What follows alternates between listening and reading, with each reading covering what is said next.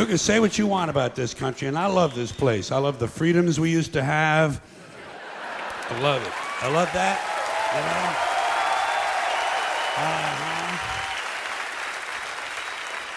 I love it when it didn't take a fucking catastrophe to get us to care for one another. I love the fact that we're on camera all the time from all angles. But you know what? You can say what you want about America. And I say I love this place. I wouldn't have it any other way. Wouldn't live it any other time in history in any other place. But say what you want about America, land of the free, home of the brave. We got some dumbass motherfuckers floating around this country. Dumbass motherfuckers, you know? Yeah. Now, obviously, that doesn't include this audience. I understand that. You seem intelligent and perceptive, but the rest of them, holy jumping fucking shitballs. Dumber than a second coat of paint. And this ain't just ranting and raving. This ain't just blowing off steam. I got a little evidence to support my claim. It just seems to me, that only a really low IQ population could have taken this beautiful continent, this magnificent American landscape that we inherited. Well, actually, we stole it from the Mexicans and the Indians, but hey, it was nice when we stole it. It looked pretty good. It was pristine. Paradise. Have you seen it lately? Have you taken a good look at it lately? It's fucking embarrassing. Only a nation of unenlightened half-wits could have taken this beautiful place and turned it into what it is today, a shopping mall. A big fucking shopping mall. You know that?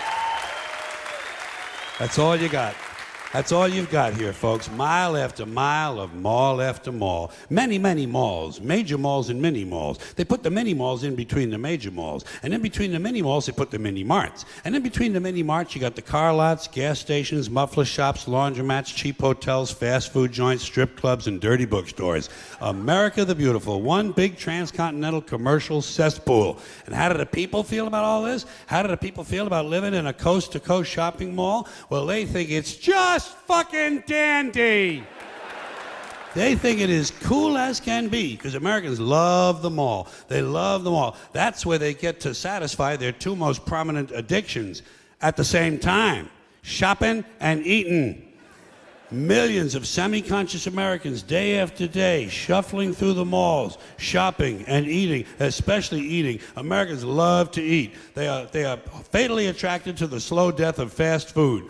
Hot dogs, corn dogs, triple bacon cheeseburgers, deep fried butter dipped in pork fat and cheese whiz, mayonnaise soaked barbecued mozzarella patty melts. Americans will eat anything, anything, anything. If you were selling sauteed raccoons' assholes on a stick, Americans would buy them and eat them, especially if you dipped them in butter and put a little salsa on them.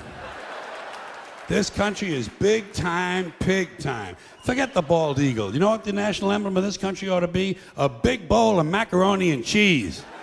A big bowl, because everything in this country is king size. King size, extra large, and super jumbo, especially the fucking people.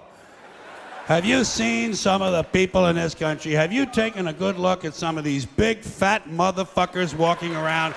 Big fat motherfuckers. Oh my God, huge piles of redundant protoplasm lumbering through the malls like a fleet of interstate buses. The people in this country are immense, massive bellies, monstrous thighs, and big fat fucking asses. And if you stand there for a minute and you look at one of them, you begin to wonder, how does this woman take a shit? How does she shit? And even more frightening, how does she wipe her ass? Can she even locate her asshole? She must require assistance. Are paramedics trained in this field? And standing right next to her, of course, with a plate full of nachos and a mouthful of pie is her clueless fucking husband, Joe Sixpack. With his monstrous swollen beer belly hanging dangerously out over his belt buckle, this guy ain't seen his dick since the Nixon administration. And if you stand there and you look at the two of them, you begin to wonder to yourself, do these people fuck? Is this man actually capable of fucking this woman? It doesn't seem structurally possible that these two people could achieve penetration. Maybe they're in that Cirque du Soleil or something. Telling you, the people in this country, every one of them is 50 pounds overweight. They are gargantuan. And in the summertime, God help us, in the summertime, they all want to wear short pants. Jesus, Lord, protector of all that is good and holy, deliver me from fat people in short pants. They all got short pants, big bellies, fat thighs, and dumb kids. Short pants, big bellies, fat thighs, and dumb kids. Every one of them's got 2 dumb-ass kids with them. And the whole family is wearing T-shirts, and every one of them's got the same T-shirt. I'm with stupid. Apparently in this country, the stupids are an extended family. And besides wearing them T-shirts, everyone in the family's got on a backpack. They got a backpack strapped to their back so they can carry around lots of stupid shit. And the reason they got to carry their stupid shit strapped to their backs is because their hands must remain free at all times to hold food. And to get that food up to the mouth where it gets shoveled in with all the rest of the disgusting shit they ate that day. And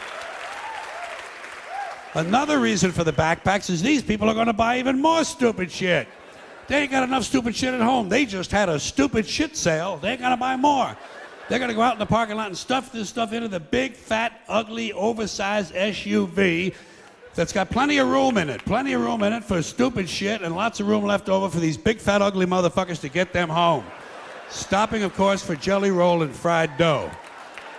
These people are efficient, professional, compulsive consumers. It's their civic duty, consumption. It's the new national pastime. Fuck baseball, it's consumption.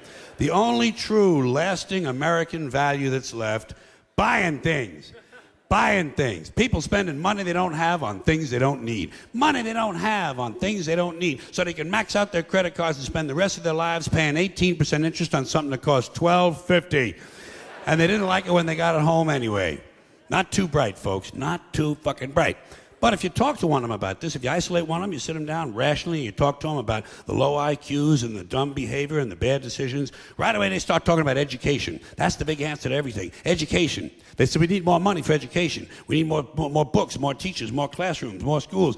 We need more testing for the kids. You say to them, well, you know, we've tried all of that, and the kids still can't pass the test.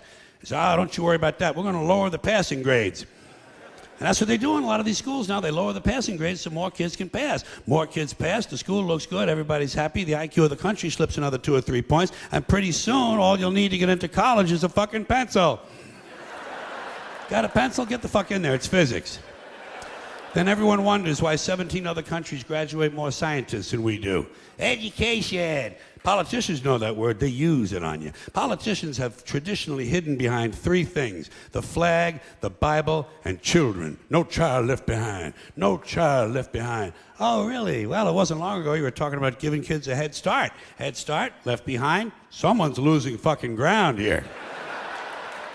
But there's a reason. There's a reason. There's a reason for this. There's a reason education sucks, and it's the same reason that it will never, ever, ever be fixed. It's never going to get any better. Don't look for it. Be happy with what you got. Because the owners of this country don't want that. I'm talking about the real owners now. The real owners, the big wealthy business interests that control things and make all the important decisions. Forget the politicians. The politicians are put there to give you the idea that you have freedom of choice. You don't. You have no choice. You have owners. They own you. They own everything. They own all the important land. They own and control the corporations. They've long since bought and paid for the Senate, the Congress, the state houses, the city halls. They got the judges in their back pockets. And they own all the big media companies, so they control just about all of the news and information you get to hear. They got you by the balls. They spend billions of dollars every year lobbying to get what they want. Well, we know what they want. They want more for themselves and less for everybody else. But I'll tell you what they don't want. They don't want a population of citizens capable of critical thinking. They don't want well-informed, well-educated people capable of critical thinking. They're not interested in that. That doesn't help them. That's against their interest. That's right. They don't want people who are smart enough to sit around the kitchen table and figure out how badly they're getting fucked by a system that threw them overboard 30 fucking years ago. They don't want that. You know what they want? They want obedient workers. Obedient workers, people who are just smart enough to run the machines and do the paperwork and just dumb enough to passively accept all these increasingly shittier jobs with the lower pay, the longer hours, the reduced benefits, the end of overtime, and the vanishing pension that disappears the minute you go to collect it. And now they're coming for your Social Security money. They want your fucking retirement money. They want it back so they can give it to their criminal friends on Wall Street. And you know something? They'll get it. They'll get it all from you sooner or later because they own this fucking place. It's a big club, and you ain't in it. You and I are not in the big club. And by the way, it's the same big club they used to beat you over the head with all day long when they tell you what to believe. All day long, beating you over the head in their media, telling you what to believe, what to think, and what to buy. The table is tilted, folks. The game is rigged. And nobody seems to notice. Nobody seems to care. Good, honest, hard-working people, white collar, blue collar, doesn't matter what color shirt you have on. Good, honest, hard-working people continue. These are people of modest means. Continue to elect these rich cocksuckers who don't give a fuck about them. They don't give a fuck about you. They don't give a fuck about you. They don't care about you at all. At all. At all. Yeah. You know? And nobody seems to notice, nobody seems to care. That's what the owners count on, the fact that Americans will probably remain willfully ignorant of the big red, white, and blue dick that's being jammed up their assholes every day. Because the owners of this country know the truth. It's called the American dream, because you have to be asleep to believe it.